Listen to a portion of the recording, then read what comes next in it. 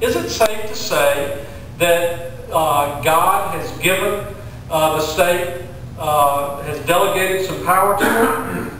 I think it's more than just a safe assumption. I think it's a fact, and we can see that fact if we turn to the book of Romans, chapter 13, verses 3 and 4, where we read, "For rulers are not a cause of fear for good behavior, but for evil. Do you want to have no fear of authority? Do what is good, and you will have praise from the same. For it is a minister of God to you for good. But if you do what is evil, be afraid, for it does not bear the sword for nothing. For it is a minister of God, an avenger who brings wrath on the one who practices evil." Here we see not once, but twice, that the civil government is referred to as God's minister.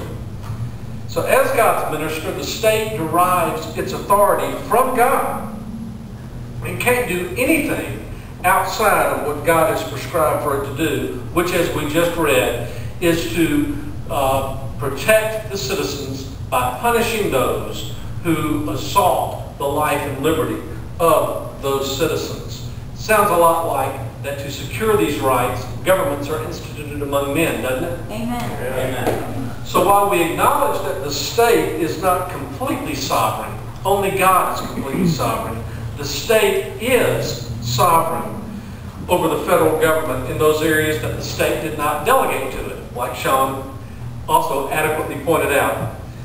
So right now, unfortunately, we're living in an era where the civil government, mostly at the federal level, but unfortunately at all levels, where the civil government is rewarding those who do wickedly and punishing and terrorizing those who do good.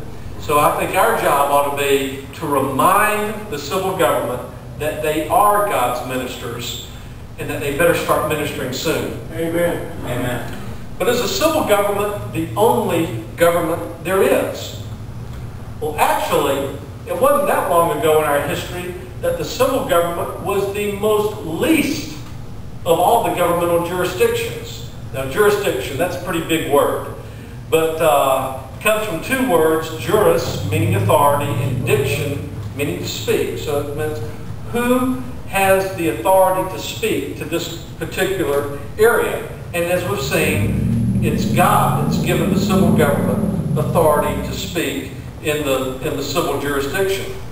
But in addition to civil government, we also have church government, we have family government, and we have individual self-government. It's been a lonely road.